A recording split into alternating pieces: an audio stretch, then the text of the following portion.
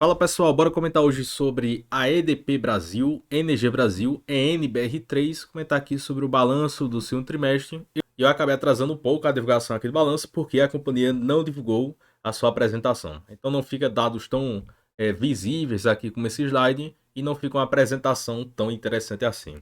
Mas antes de comentar aqui sobre a EDP Brasil, já peço a sua inscrição para acompanhar a minha jornada de investimentos e os vídeos diários do canal. Então, em particular, no pregão da quinta-feira do dia 28 de julho, as ações da Energia Brasil despencam quase 3%. E vamos mostrar que novamente a companhia reportou outro balanço sólido, porém não teve todo esse crescimento assim. Com isso, só destacando alguns pontos, como a companhia ganha dinheiro, atua em 15 estados, atua na parte de redes, que engloba distribuição e transmissão de energia, geração hídrica, 28% da EBITDA, geração térmica, 15%, e 3% na parte de serviços e gestão.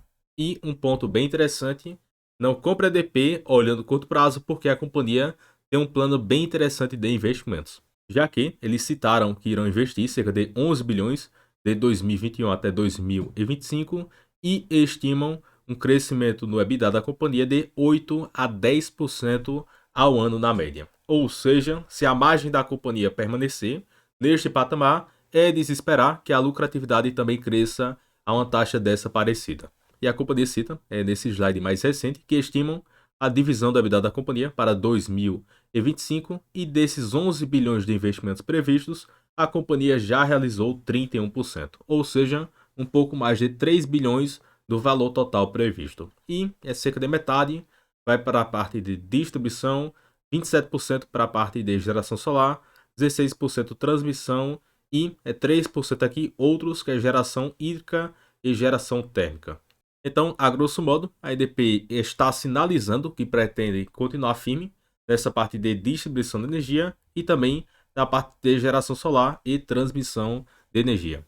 E comento daqui um pouco sobre alguns destaques: anúncio do projeto de geração solar, entrada em operação total na parte de transmissão, entrada em operação também em outra linha da parte de transmissão e também o segundo programa de recompra de ações da companhia, onde já recompraram 15,3 milhões de ações. Então, a ação cotada aí em torno de R$ 20, isso aqui representa algo na faixa de 300 milhões de reais. E sobre dados, a companhia reportou quase 2,4 bilhões de EBITDA, isso aqui engloba de janeiro até junho de 2022, ou seja, um crescimento no resultado operacional de quase 30%.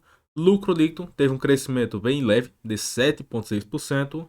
Custos de pessoal, material, serviços e outros crescendo só 6,6%, abaixo da inflação, que foi de quase 12% no período. Então, uma companhia que tem crescido de tamanho, tem realizado aquisições, os custos só cresceram 6,6% e ainda conseguiu crescer operacionalmente. Esse balanço aqui foi muito bom. E o mercado aí despencando 3% nas cotações. E sobre a relação de dívida da companhia, encerrar em 2,6 dívida líquida sobre EBITDA, ou seja, em mais ou menos 2 anos e meio, a companhia consegue quitar toda a sua dívida, considerando o EBITDA dos últimos 12 meses ajustado e a sua posição em caixa.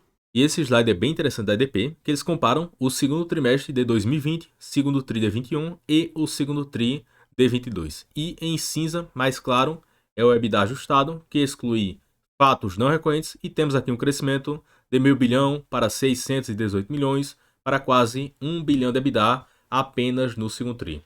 Despesas também sob controle, crescendo abaixo da inflação, e o lucro crescendo de 237 milhões para 344 e depois para quase 400 milhões. E a companhia, como vimos, tem investido bastante, porque só para este trimestre a companhia investiu um pouco mais de meio bilhão. Então a companhia que cresce, paga dividendos, compra ações, entrega um balanço sólido e crescente e ainda continua com a relação de dívida confortável. Então acho uma companhia bem interessante para colocar no radar. E aqui a companhia cita a sua divisão, que ganha com distribuição, transmissão, geração hídrica, térmica, comercialização de energia, entre outros, e vimos esse salto robusto de quase 53% no EBITDA da companhia. E outro ponto importante é que recentemente a EDP ingressou na parte de transmissão e vários projetos, como vimos, já estão sendo entregues e já estão gerando frutos para a companhia. Então a companhia já está apresentando um salto no EBITDA regulatório da companhia. Fora outros projetos, aquisições que a companhia fez. Então, em breve, vários pontos da partida de transmissão serão entregues. Então, mais um implemento no balanço da companhia. Fora que a empresa não vai ficar olhando para o teto, certamente irão buscar novos investimentos. Então, a companhia é fantástica para quem tem visão de médio a longo prazo. E com isso, novamente a EDP continua com esta tendência de crescimento na sua lucratividade em roxo e as cotações estão seguindo em linha com o crescimento na sua lucratividade. Pontualmente pode acontecer essas quedas que vimos aqui no pregão de hoje, em torno de 3%, então isso é totalmente natural, até porque, até comentei no vídeo passado, o Santander reportou, entre aspas, um péssimo balanço, que já era esperado, mas, julgo eu, foi um balanço ainda muito bom, e no começo do pregão, o Santander tinha caído em torno de 4%. E hoje, no dia 28 de julho, ele subiu 1,3% após toda essa queda. Então, cuidado, que vocês olham de forma isolada, a cotação caiu, então o balanço foi ruim. Então, se fosse tão ruim assim, a companhia não teria saído de R$5 no gráfico ajustado até os mais de R$20 na cotação atual. Então, olhe os fundamentos, olhe a perspectiva futura. Então, a EDP reportou outro balanço sólido, dívida controlada, muito rentável e ainda tem uma expectativa de crescimento muito interessante. E outro ponto, para ficar condizente com o que eu irei citar a seguir, é que a EDP paga no mínimo R$1 por ação na sua política com payout superior a 50%. Em particular, no ano passado a companhia pagou 75% payout e pagaram R$2,19 por ação. Então foi um valor bem acima de R$1 por ação, até porque a companhia pagou um payout um pouco mais elevado e a companhia reportou um balanço muito bom.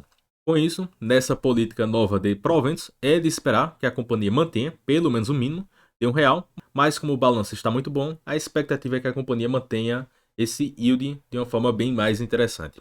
E nesta ótica, o AGF+ projeta 7,5% de yield, preço teto 27 e a ação hoje está em R$20, R$21.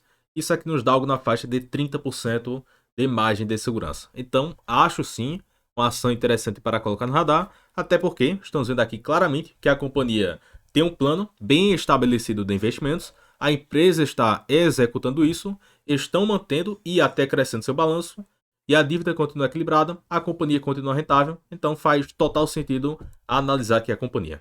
E lembrando que nada é recomendação de compra e venda, tem que estudar a companhia, até porque uma empresa boa pode muito bem cair 30%, 40% de forma pontual. E por fim, para quem quer saber sobre dividendos em geral, a EDP tem uma baixa recorrência. Normalmente a companhia anuncia com a Datacom em abril e em dezembro de cada ano. Então, provavelmente para este ano só iremos ver algum anúncio para dezembro de 22 e o outro só para abril de 23. Mas, em geral, a companhia tem uma recorrência baixa, mas normalmente anuncia um valor bem elevado.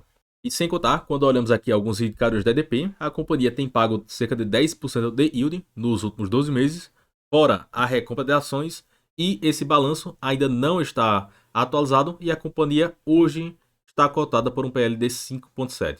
Cotada próximo ao valor contábil e tem um ROI fantástico, dívida equilibrada e entrega crescimento. Então a ENERGIA Brasil seria uma elétrica bem interessante para colocar no radar. Então empresa boa, bem gerida, rentável, barata, entrega crescimento e ainda tem um plano bem interessante de investimentos. Então, acho a companhia que deve ser estudada para quem visa o médio a longo prazo. Então, não compre olhando para o curto prazo, porque às vezes uma elétrica dessa fica de 2019 até 2021 com a mesma cotação. Aí depois a companhia dispara. E a EDP não é aquela companhia que vai do nada dobrar de cotação. Essas companhias são lentas no crescimento, e como vimos, a própria companhia citou que esperam um crescimento de 8 a 10% no seu resultado operacional. Isso de 2021 até 2025. Então, pessoal, comenta se você comprou EDP nessas quedas aqui do pregão de hoje, em torno de 3%. E deixa o gostei no vídeo, se inscreva no canal. Até o próximo vídeo e forte abraço.